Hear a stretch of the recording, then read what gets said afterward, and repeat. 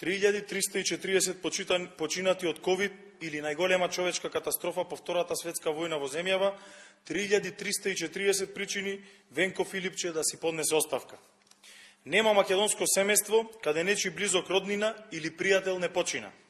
Овие животи можеа да бидат спасени ако системот функционираше.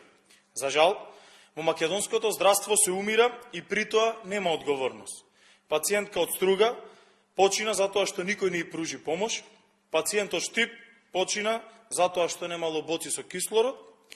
Во Македонија се умира поради операција на колено и од сепса на рана, а на пациентка од Дебар и се извадени здрави внатрешни органи и никој не одговара за сето ова.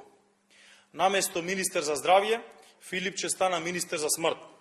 Пратеничката група на ВМРО ДПМН до собранието ќе поднесе предлог за интерпелација на Венко Филипче, министер за зараза и смрт, кому видовме дека поважни му се провизиите за вакцини од животот на граѓаните, што се потврдува и со најновиот скандал.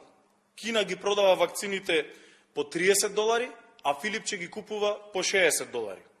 Причината е јасна. Наместо потрага по вакцини, власта беше во потрага по провизии.